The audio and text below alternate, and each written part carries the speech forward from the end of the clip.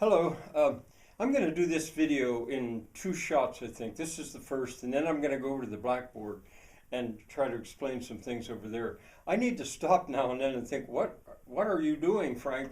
And try to explain it myself and to you as well. I'm using my travel experience in the Alps to come up with examples of places and things and ideas that I've been exposed to that could apply to Roaring Spring. This is being done for the Facebook group, the Once and Future Roaring Spring. And I'm doing it somewhat hurriedly right now because there has been a rumor that there was going to be a data center built in Roaring Spring. And there was quite almost an outcry against that appeared online. And I'm not saying I'm for it or against it. I'm skeptical, very skeptical. But I think Roaring Spring should come up with another option so that they don't think, well, that's the only thing we can do. And so because of that, I'm trying to show what other places with similar beauty to that of natural beauty to that of Roaring Spring have done. Now, the lighting over there is, I'm still working on it, but I think it'll serve me. What I want to do is show you where I've been going in the Alps. It hasn't just been jumping from here to there. There's been a sort of a logic to it. And I want to kind of draw it out as dare I call it a map, to show you where I've been and where I'm going with you. Bye for now. Bye for the moment.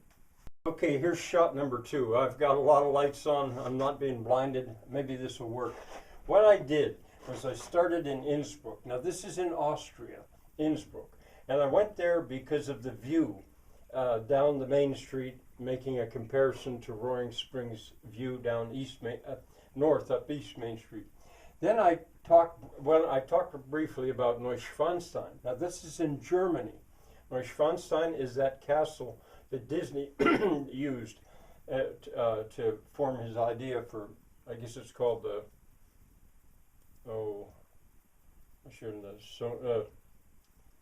Sleeping Beauty Castle, maybe.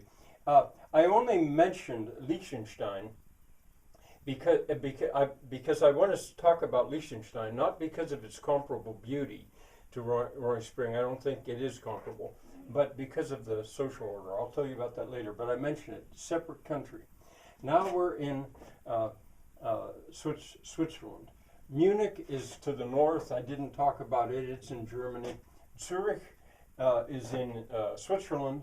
I'm not going to talk about Zurich. But what I did was I came up the Rhine.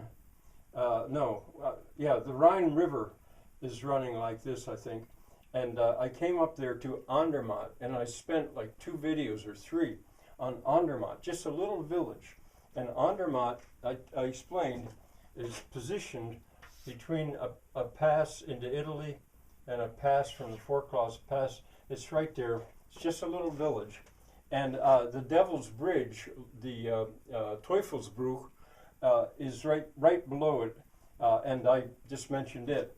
I'm going to go on, and I mentioned the St. Gothard Pass in relation to it. We're going to go, and I mentioned the Forclaz Pass in relation to it.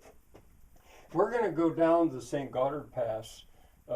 I'm not even going to talk about it, I don't think much anymore.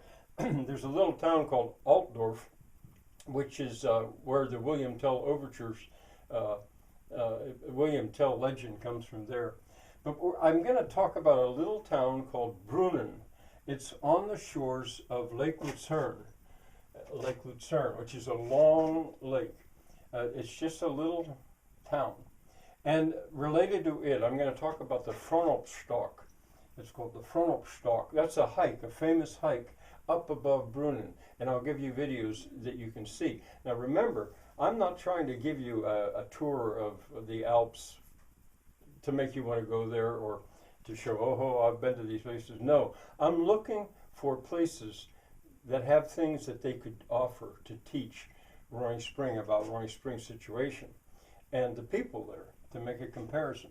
Now, after that, we're going to go up Lake Luzern, or down, I guess you'd say.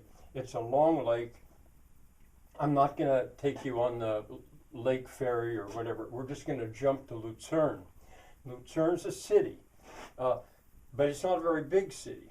And it's got things to say about it that can apply to Roaring Spring. I'll mention the Rigi, which is a mountain right nearby, and the very famous Mount Pilatus, which is also very near Luzern. After that, we're going to go on to another part of Switzerland, and we'll be at least halfway done with my pulling examples from the Swiss Alps, or the Alps in general.